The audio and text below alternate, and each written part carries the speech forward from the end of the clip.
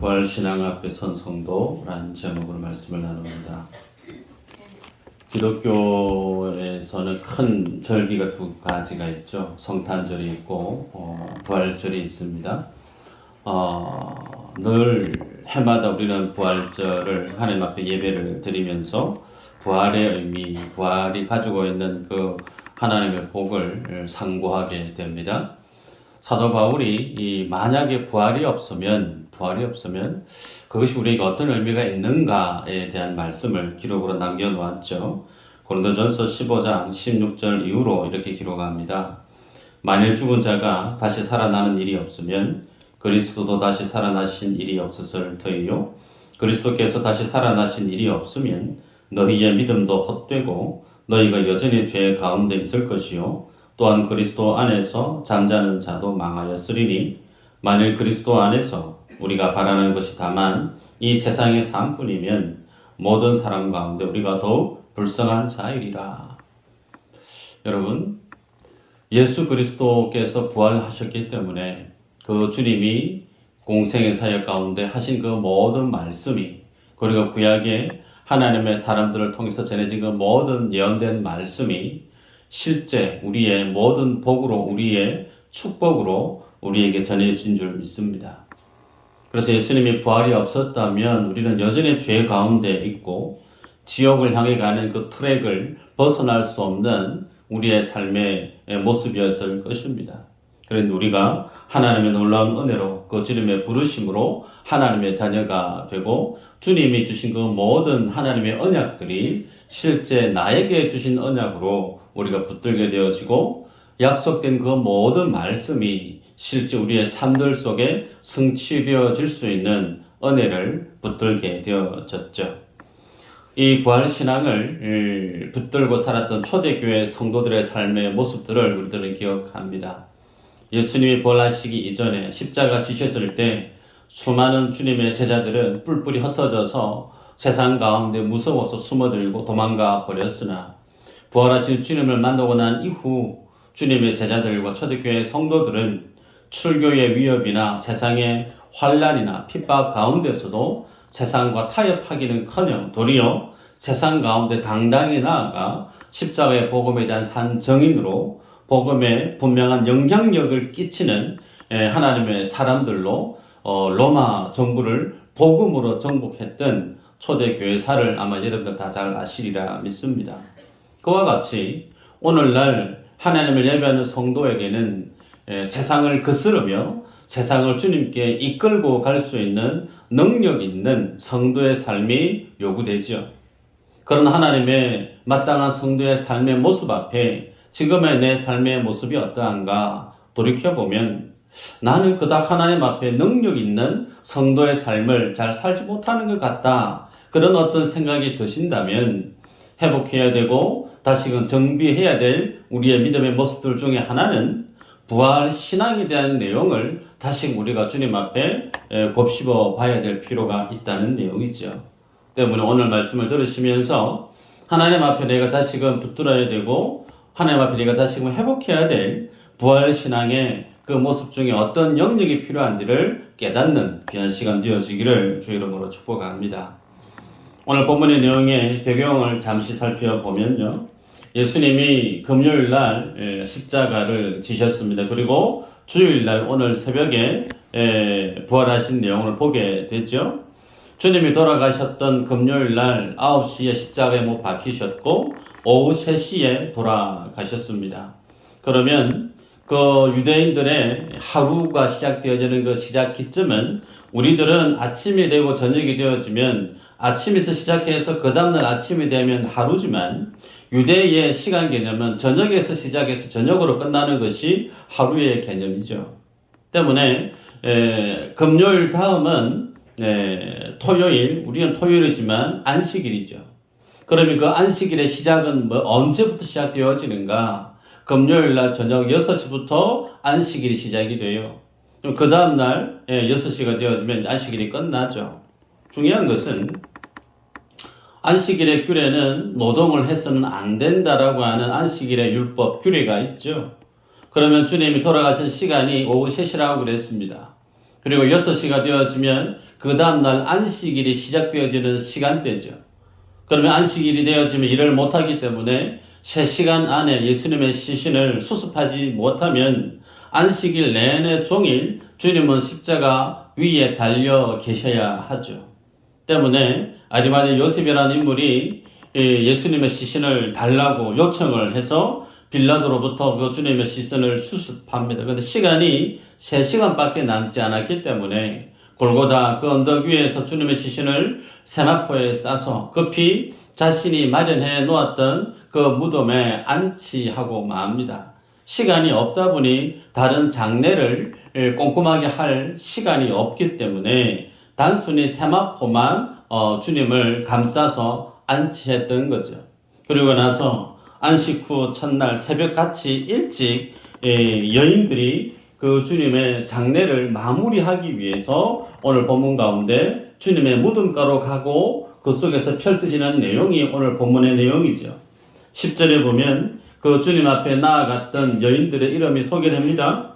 막달라 마리아, 요한나, 야고보의 모친 마리아, 또 함께한 다른 여자들, 그렇게 10절에 소개되죠. 대략적으로 정확하게 몇 명인지는 잘 모르나 한 5명 이상이 아니었겠나 짐작을 해봅니다. 여러분, 이들이 가장 먼저 그 무덤가에 가서 결국은 예수님이 부활하신 그 소식을 가장 먼저 접하게 됩니다. 자, 그들이 무덤가에 달려갈 때 그들 속에는 고민이 있습니다. 그 무덤은 큰 돌로 막혀져 있기 때문에 여성의 힘으로 그것을 밀어서 열기가 쉽지가 않죠. 그러면서 다른 성경에는 누가 어떻게 그 돌을 굴려낼까 고민하면서 예수님의 무덤가로 갔던 내용이 소개되어지는데 막상 도착해 보니까 돌이 굴려져 열려 있는 거예요. 그래서 그 무덤 안에 들어가서 보았더니 예수님의 시신이 보이지 않는 겁니다. 그 광경을 보았던 여인들의 반응이 4절에 소개되죠. 4절에 보면 이로 인하여 근심할 때에 문득 찬란한 옷을 입은 2사람이 곁에 섰는지라 그렇게 말씀을 하죠. 마음에 이 여인들이 근심했다 그랬습니다. 장례를 치르기 위해서 향품과 향료를 가지고 왔는데 장례를 치러야 될 예수님의 시신이 보이지 않으니까 누군가가 예수님의 시신을 도둑질해서 가신 거 아닌가 그런 어떤 근심이 들었다는 겁니다. 자, 이 모습을 통해서 우리가 알 수 있는 것은 그 주님의 장례를 마무리하기 위해서 갔던 이 여인들 속에는 주님이 부활하신 내용도 알지 못하고 있을 뿐만 아니라 그 주님이 부활하시기 전에 죽기 전 내가 십자가 앞에서 고난을 당하고 죽고 3일 이후에 살아나리라고 했던 그 주님의 약속의 말씀이 그들 속에 전혀 기억되어지지 않고 있음을 확인하게 됩니다. 여러분, 예수님이 전해주신 그 말씀이 삶 속에 아무런 능력으로 역사되어지지 않는다라고 하는 이 모습 우리가 바라볼 필요가 있습니다. 그래서 놀라고 두려워 떨고 있는 그들에게 이 두 사람은 주의 천사들이죠. 천사가 이들에게 5절에 얘기합니다. 5절에 보면 여자들이 두려워 얼굴을 땅에 대니 2사람이 이르되 어찌하여 살아있는 자를 죽은 자 가운데서 찾느냐 그랬습니다. 오늘 말씀의 키포인트죠. 어찌하여 살아있는 자, 살아난 자를 죽은 자 가운데서 찾느냐라고 말씀을 합니다. 여러분에게 질문이에요. 그러면 살아난 자는 예수님인 줄 알겠는데 죽은 자는 누구를 뜻할까요?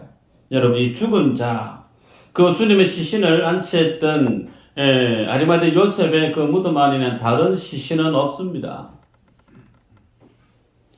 그렇기 때문에 죽은 자 가운데서 왜 찾느냐, 여기에서 죽은 자라고 하는 내용을 찾아볼 필요가 있죠. 이 말의 의미는 네크로스라고 하는 말입니다. 특이하게 남성 복수 형용사예요. 그래서 남자들 그렇게 해석할 수가 있습니다. 그러면 예수님이 살아나셨는데 왜 죽은 자들 가운데서 예수님을 찾느냐 그 뜻이죠. 그러면 여기에서 죽은 자들이 도대체 누구를 뜻할까요? 그 속에 죽어 있는 자가 없습니다. 여기에서 네크로스라고 하는 이 말의 의미는 종종 성경에서 기록되어질 때 쓰일 때 사람이 죽어서 지하 세계에 있는 사람들, 그들을 지칭하는 표현을 쓸 때 소위 네크로스라고 하는 말을 씁니다. 정리하면 예수의 생명을 지니지 못하고 하나님의 생명을 지니지 못한 채 주님과 상관없이 먼저 죽었던 자들, 그들을 소위 죽은 자들 가운데라고 하는 표현을 우리가 해석할 수가 있어요. 그래서 정리하면 예수님의 생명 없이 죽은 자들이 오늘 천사가 얘기하는 죽은 자 가운데서라고 하는 그 표현인데, 여러분 그러면 예수님의 생명이 도대체 어떤 것인가 볼 필요가 있겠죠. 오늘 저는 이 설교를 전하면서 참 여러분에게 참 그런 기대가 있습니다. 하나님의 구원이, 성경이 말씀하는 생명이, 성경이 말씀하는 죽음이 뭔지에 대한 분명한 기준을 붙들고 갔으면 좋겠다, 그런 소망이 있어요. 말씀을 한번 볼까요? 요한일서 5장 12절 같이 한번 읽어보십시다. 시작. 하나님의 아들이 있는 자에게는 생명이 있고 하나님의 아들이 없는 자에게는 생명이 없느니라. 네, 말씀 띄워놓으시고 잘 보시면 하나님의 아들이 있는 자에게 생명이 있다고 그랬습니다. 생명이 없는 자, 죽은 자, 사망한 자, 그들은 어떤 사람들일까요? 예수의 아들의 그 생명이 없는 자입니다. 아들이 없는 자. 소위 예수 그리스도가 없는 자. 그래서 예수 그리스도가 있는 자는 생명이 있고 예수 그리스도가 없는 자는 살아있으나 죽은 자라는 것이 성경이 전하고자 하는 예수님의 생명에 대한 기본적인 가르침이고 말씀이죠. 그러면 주님이 이 말씀하시기 전에 누누이 하신 말씀들이 참 많이 있지만 주님이 쉽게 하신 말씀, 나는 곧 길이요 진리요 생명이라는 말씀했습니다. 예수님은 성경에서 자기 자신을 표현하실 때 나는 길이다. 요한복음에서 나는 양의 문이다. 나는 생명이다. 나는 진리다. 요한복음 1장 1절에서는 하나님이 대신 예수 그리스도가 천지를 창조하실 때 말씀이 그와 함께 있었다. 그래서 성경은 하나님의 존재 양식을 크게 두 가지로 설명합니다. 첫 번째는 하나님이 영이시라는 거예요. 두 번째는 하나님은 말씀이시라는 거예요. 그래서 오늘 본문 가운데 천사가 여인들에게 어찌하여 살아난 자를 죽은 자 가운데서 찾느냐고 했을 때 그 죽은 자는 표면적으로는 예수의 생명과 상관없이 먼저 죽은 자들에 대한 해석이 1차고, 두 번째는 본질적인 내용이죠. 예수의 그 아들이 없는, 예수의 말씀이 가슴 속에 없는, 하나님의 말씀이 그 사람의 삶을 주장하고 있지 못하고 있는 자, 그가 어떤 사람들이라고요? 죽은 자. 성경이 말씀하고 있는 생명과 성경이 말씀하고 있는 죽음에 대한 그 기준이 하나님의 말씀이 내 삶 속에서 나를 주장해 가고 있느냐 없느냐에 따라서 하나님은 그 사람이 살았다 죽었다라고 규정하고 있다는 사실을 보게 됩니다. 그러기에 오늘 본문에 보면 이 여인들은 하나님의 말씀, 소위 예수님의 말씀, 십자가 돌아가시기 전에 내가 먼저 부활해서 갈릴리에 가서 너희들을 만날 것이다라고 했던 그 말씀이 그들 속에 전혀 뿌리 내려지지 않고 있을 뿐만 아니라 하나님 그 말씀이 그들 삶들 속에 담겨 있지도 못합니다. 그래서 예수님의 시신이 보이지 않으니까 두려웠다는 거예요. 우리가 천사들이 얘기하는 주님이 살아나셨다라는 말씀을 듣자 도리어 또 두려웠다는 겁니다. 그래서 오늘 이 말씀을 통해 우리가 알게 되어지는 것이 뭐냐면 생명과 사망, 성경이 말씀하는 참된 생명과 사망, 그것이 무엇인지를 우리에게 가르칩니다. 여러분, 이 부활의 소식을 가장 먼저 접하게 된 이들이 이 여인들이고, 이 여인들 그 당대에 어떤 사회적인 대우를 받고 살았느냐면, 어떤 법정 증인으로서 출석해야 될 일이 있을 때 여성이 어떤 증언을 하고 증인으로서 어떤 말을 할 때 법적인 효력이 없던 시대입니다. 소위 한 사람의 인격체로 존중받지 못했던 때에 소위 물건처럼 취급당하던 그때에 하나님이 이 여인들을 통해서 예수님이 부활하신 그 사건을 가장 먼저 세상 가운데 전하고 있음을 보게 됩니다. 여러분, 23장 49절 이후로 보면 이 여인들은 예수님이 십자가에 못 박히시는 그 순간부터 쭉 그 모든 것을 다 멀리서 지켜봤던 인물들이라 그렇게 소개하고 있습니다. 예수님이 창에 찔리는 것을 다 보았어요. 주님이 그 십자가 위에서 울부짖는 것도 다 보았단 말이죠. 확실히 주님이 죽었다라는 그 사실을 그들의 눈으로 확인을 했던 여인들입니다. 그런 그들에게 천사가 나타나서 예수님이 살아났다라고 하는 그 말씀을 전했을 때 처음에는 두려웠을 거예요. 믿기 힘들었을 겁니다. 그런데 천사가 전해주었던 그 주님의 부활 소식을 이 여인들이 11절 이후로 가면 주님의 제자들 사도들에게 또 소개를 합니다. 근데 주님의 이 말씀, 부활한 이 복된 소식을 사도들에게 전했을 때 사도들의 반응이 11절에 기록되어져 있죠. 사도들은 그들의 말이 허탄한 듯이 들려 믿지 아니하나 그렇게 기록하고 있습니다. 믿지 않는다는 거예요. 어떻게 예수가 다시 살아날 수 있노? 사람인데 불가능하지. 예수님의 제자들은 그렇게 생각했다는 거예요. 자기 앞에 아니 예수님이 지금 부활하셨다는 소식을 내가 지금 들었습니다라고 하는 말하고 있는 여인들이 그 말을 허탄한 듯이 참 불쌍한 듯이 덧없는 말을 하는구나. 그러면서 예수님의 부활하신 그 내용을 믿지 않았다는 거예요. 여기에서 질문입니다.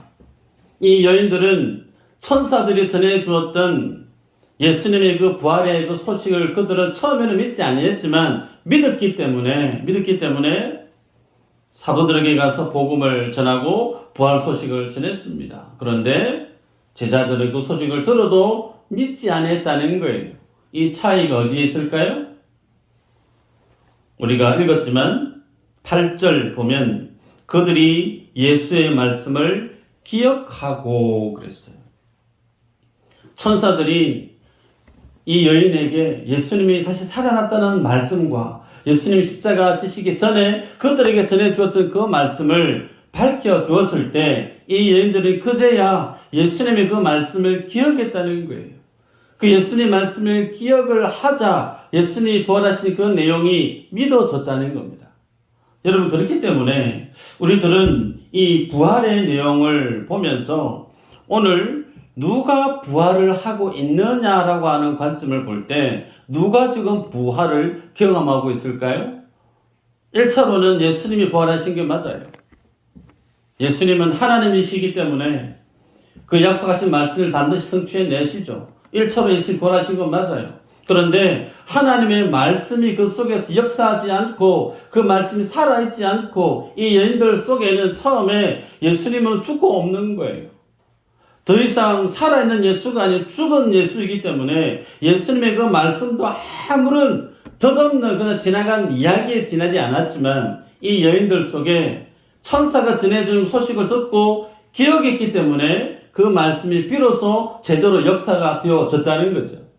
그러면 그 하나님의 말씀이 기억나기 전에 예수님이 그들에게 전했던 그 모든 말씀이 기억나기 이전에 말씀이 자기 속에서 살아 역사하지 못하고 있었던 그때는 이 여인들의 상태가 사망이었다는 거예요. 영적으로 죽어 있었던 상황이었다는 겁니다. 그래서 부활을 오늘 우리가 볼 때에 예수님이 무덤에서 부활하신 건 맞아요. 주님의 부활인과 동시에 누구의 부활일까요? 주님이 살아있음을 알지 못하고 하나님의 말씀이 정말 참인 줄, 하나님의 말씀이 정말 진리인 줄 몰랐던 그들이 그 죽음의 자리에서 다시금 주님의 부활하심을 듣고 난 이후에 비로소 하나님의 말씀이 정말 참이구나, 하나님의 말씀이 정말 진리시구나 비로소 깨닫게 되어졌던 이 여인들이 그 부활에 참여하고 있는 순간임을 보게 된다는 겁니다. 여러분, 계시록 3장 1절에 보면 주님이 칭찬하시는 혹은 책망하시는 교회들 중에 4대 교회를 얘기합니다. 4대 교회 주님이 책망하시는데 그 키포인트가 뭐냐면 너희가 살았다고 하나 실제는 죽은 교회로다 그래요. 죽은 교회로다. 왜 죽었다고 얘기할까요? 하나님의 말씀이 그들 속에 역사하지 않고 있기 때문에 그래요.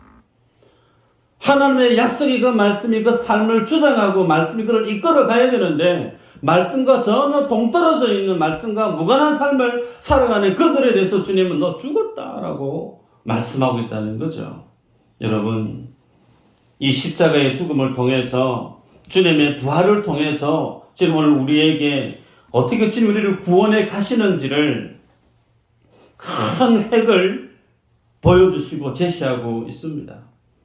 첫 번째로 보면 주님은 자신의 백성들이 어떤 존재인지를 보게 합니다. 그 존재는 바로 너희는 죽은 자다라는 사실을 인정하게 한다는 거예요. 이 여인들을 통해서 주님이 우리에게 가르치고 계시죠. 이 여인들은 자신의 열정, 자신의 열심, 예수님을 향한 어떤 그 사랑, 그래서 빨리 안식일이 지나고 새벽같이 빨리 동이 트기 전에 빨리 가서 예수님의 시신을 내가 마무리를 해야지. 참 기쁜 마음이고 참 헌신된 귀한 마음이죠. 그런데 그렇게 자기 자신들은 살아있고 죽은 예수를 어떻게 내가 열심히 장례를 잘 치러줘야지라고 하는 마음으로 본문 가운데 소개되어지고 있지만 성경은 정작 죽은 자가 누구라고 보여주고 있느냐는 거예요. 이 여인들이 죽었다는 겁니다. 열심도 좋고 헌신도 좋고 사랑도 다 좋은데 하나님의 말씀이 그 속에 살아있지 않는 자는 하나님의 생명 없이 쏟아내는 열심이라는 거예요. 아무리 그래도 그것은 죽은 자라고 하는 그 프레임을 벗어날 수가 없다는 거죠. 요한복음 1장 1절에 주님은 태초에 말씀이 계시니라. 이 말씀이 하나님과 함께 계셨으니 이 말씀은 곧 하나님의 신이라 그랬습니다. 소대 말씀했죠. 하나님은 영이시다. 하나님은 영이시니 신령과 진정으로 진리와 성령으로 예배해야 된다. 그리고 주님이 오늘 요한복음 1장 1절에 그 주님은 말씀이다라고 말씀하고 있죠. 여러분 기억하십시다. 말씀이 누구라고요? 예수님이에요. 말씀이 예수님이에요. 예수님이 하신 말씀 떠드는 그 무엇이 예수님이 아니고요. 말씀 자체가 예수님이라는 거예요. 예수님 자체가 생명이라는 겁니다.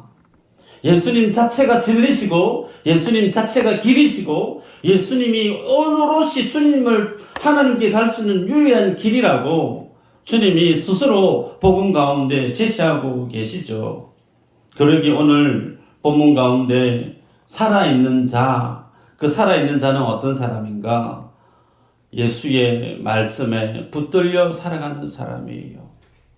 우리들은 하나님 앞에 살아있는 자로 드러나기를 원하는가? 그렇다면 우리는 여지없이 하나님의 말씀 앞에 우리의 삶의 모습이 통치, 다스림을 받아야 될 줄 믿습니다. 사도행전의 20장 32절에 보면 사도 바울이 밀라도에서 에베소 교회에 있었던 장로들을 부릅니다. 그곳에서 그가 사역했던 내용들을 쭉 나누고 난 다음에 눈물겨운 이별의 기도식을 갖고 나서 헤어집니다. 헤어지면서 바울이 자기들 앞에 있는 그 장로들에게 뭐라고 얘기하냐면 하나님의 말씀에, 하나님의 은혜의 말씀에 하나님의 교회를 부탁합니다 라고 하는 표현을 쓰고 있다는 거예요. 여러분 그러기에 여러분이 기억해야 될 사실이 뭐냐면 내가 하나님 말씀을 붙들어야지 그렇게 생각하는 것도 물론 귀한데 그 생각이 맞는 생각이 아니에요. 말씀이 여러분을 붙드는 줄 믿으시길 바랍니다. 하나님의 교회를 여러분 장로님 성도님들 하기 열심히 말씀 붙드세요가 아니었어요. 성령이 하나님의 말씀께 교회를 부탁했다니까요. 우리의 삶의 키를 누가 거머쥐고 있느냐면 내가 아니라는 거예요. 우리들은 마땅히 말씀이 있는 그곳을 사모하고 열심을 내고 말씀을 묵상하려고 애를 써야 되는 게 맞아요. 그러나 그 말씀이 우리를 이끌어 간다는 사실을 기억하시기를 바랍니다. 그러면 그 말씀이 예수 믿는 우리들을 어느 방향으로 끌어갈까요? 그 하나님의 말씀이 우리의 삶을 드라이브 하시고 우리의 삶을 이끌어 가시는데 우리 하나님의 말씀 나를 어떤 인생의 삶의 방향으로 이끌어 가실까? 말씀 볼까요? 고린도후서 5장 15절 같이 한번 읽어보십시다. 시작. 모든 사람을 대신하여 죽으심은 살아있는 자들로 하여금 다시는 그들 자신을 위하여 살지 않고 오직 그들을 대신하여 죽었다가 다시 살아나신 이를 위하여 살게 하려 함이라. 아멘. 말씀 띄워주시고요.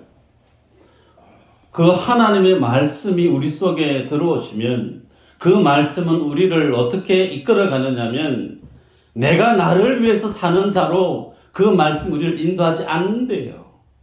하나님의 그 말씀은, 하나님의 생명의 그 말씀은 나로 하여금 나를 위해 십자가 죽으셨다가 다시금 부활하신 예수 그리스도 그분을 위해서 살게끔 주님이 우리 말씀 속에 들어오셔서 우리 삶을 이끌어 가신다는 거예요. 그래서 저도 제가 말씀드렸지만 내가 말씀을 붙드는 게 아니라니까요. 하나님의 말씀이 우리를 그렇게 이끌어 간다는 거예요. 그러면 주님이 죽으셨다가 살아나셨던 그 예수 그리스도를 향해서 우리의 말씀 우리를 이끌어 간다고 할 때 그 곳은 어디인가? 십자가입니다. 십자가. 성경은, 하나님의 말씀은 하나같이 우리들을 이 십자가로 이끌어 가십니다. 그 십자가는 뭐 하는 곳이죠? 죽는 곳이에요. 적나라하게 표현드립니다. 예수를 제대로 믿으시는 분들은 하나같이 이 죽음을 통과합니다. 예를 들어볼까요? 베드로 사도죠.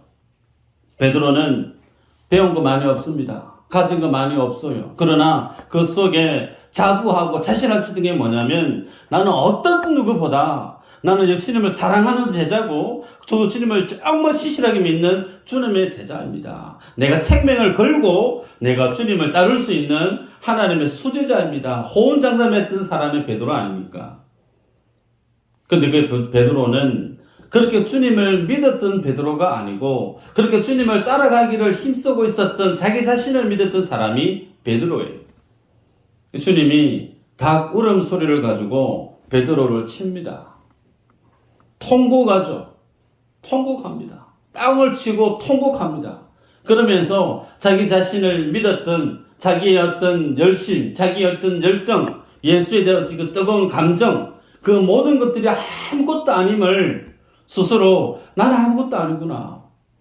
자기 자신을 꺾어버리는 이가 하나님이세요. 모세는 어떻습니까? 힘 좋을 때, 건강할 때, 모든 지위, 애굽의 왕자라고 하는 그 지위를 거머쥐고 있을 때 하나님이 모세를 쓰신 적이 아니에요. 그가 나이 80 넘어서 모든 것을 다 포기했을 때 하나님이 그를 들어 쓰셨습니다. 이사야 선지자는 어떻습니까? 하나님의 말씀을 맡아서 주의 말씀을 예언했던 그 선지자 이사야도 하나님의 영광의 모습을 보고 난 다음에 얼마 전에 죽었다고 이제. 그 주님의 살아계심을 보았기 때문에 이제 죽어야겠다고. 어쩔 수 없다고. 그 두려움에 떨고 있는 그 입술 가운데 제단 숯불을 대고 아니 너는 살아난다라고. 주님이 그를 죽였다가 살려냅니다.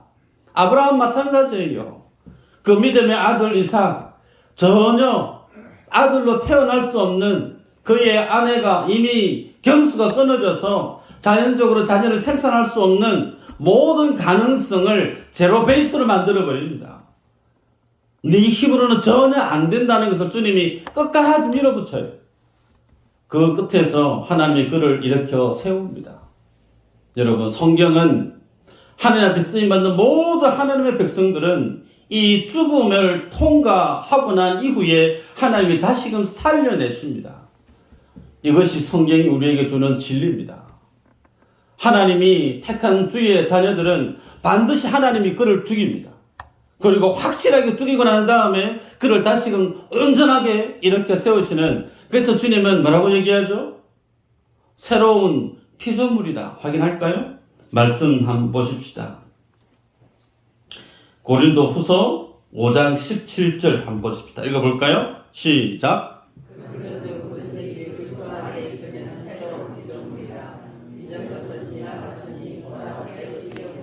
할렐루야. 여기 보면 이전 것은 지나갔다라는 표현이 있습니다. 지나가다의 말의 의미가 뭐냐면 죽다라는 뜻이에요. 이전 것은 죽었다라는 거예요. 예수 그리스도를 믿기 이전에 나는 이미 그리스도를 믿음과 동시에 확실하게 주님이 어떻게 한다고요? 죽이신다는 거예요.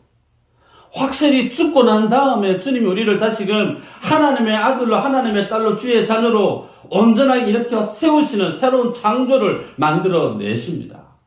그래서 새로운 피조물이라 그렇게 말씀을 하죠. 로마서 12장 1절에 어떻게 얘기합니까? 볼까요? 시작.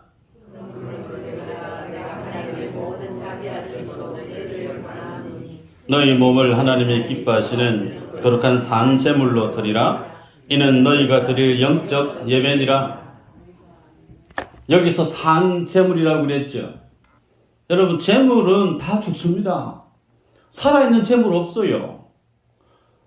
목을 쳐서 가죽을 벗기고 기름을 다 드러내고 각을 떠서 포를 떠서 그렇게 태워서 올려드리는 것이 제물 아니에요. 그런데 살아있다는 거예요. 뭔 뜻일까요? 하나님이 우리를 죽이신다는 거예요. 죽였다가 다시 살아난 그를 산 제물이라고 말씀하고 있습니다. 그러기에 예수 그리스도로부터 다시금 살아나지 않은 자가 열심을 내고 교회를 하게 되어지면 그것은 누구의 자랑으로 여기기 쉬울까? 자기의 자랑으로 여기기 쉽다는 거예요. 확실히 죽고 난 다음에 하나님의 은혜로 다시금 살아난 그는 오롯이 자랑할 수 있는 것이 예수님밖에 없어요. 그런데 그 주님이 나를 살려냈다는 그 사실을 제대로 인지 못하는 사람은 그 모든 눈앞에 일어난 모든 결과물에 대한 그 공로를 누구의 몫으로 생각하기 쉬우냐면 내가 해냈다고 여기기 쉽다는 거예요. 하나님은 그것을 받지 않는다는 겁니다. 하나님은 거룩하신 분이시고 그 하나님의 거룩하심 속에 연락되어질 수 있는 것은 예수 그리스도밖에 없습니다.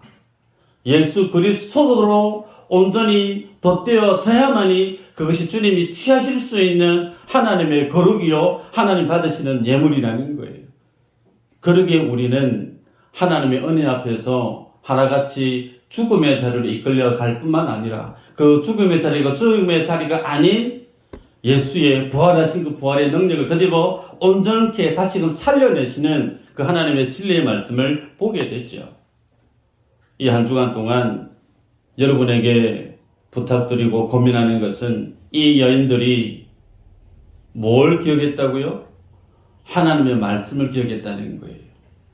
그 하나님의 말씀이 기억나서 기억된 그 말씀대로 그 삶이 말씀이 주장하는 대로 다스림을 받고 그 말씀대로 살았던 그 모습이 오늘 우리에게 주는 부활을 경험한 성도가 세상 가운데 살아가는 믿음의 능력이라 우리에게 도전합니다.